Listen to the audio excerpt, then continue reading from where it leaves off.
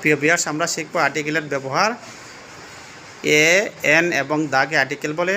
কোনো কিছুকে নির্দিষ্ট করে বুঝাইলে দা বসে, আর কোনো কিছুকে অনির্দিষ্ট করে বোঝালে এ অথবা এন বসে।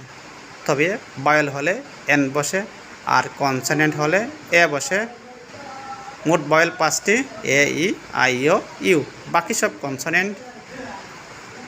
বায়োলের ক্ষেত্রে প্রথম যদি শূন্যস্থানে বায়োল থাকে তাহলে শূন্যস্থানে এন বসবে, আর শূন্যস্থানের পরের অক্ষর যদি কনসোনেন্ট থাকে তাহলে এ বসবে। যেমন I have dash bag, I have a bag. পরে I have dash egg, I have an egg. The pen is red, I have dash umbrella, I have an umbrella.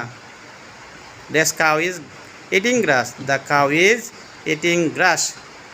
নির্দিষ্ট করে বুঝাইলে দা বসে, আর অনির্দিষ্ট করে বুঝাইলে এন অথবা এ বসে। বায়োল হলে সাধারণত এন বসে। আপনারা ভালো করে দেখে নিবা। ধন্যবাদ।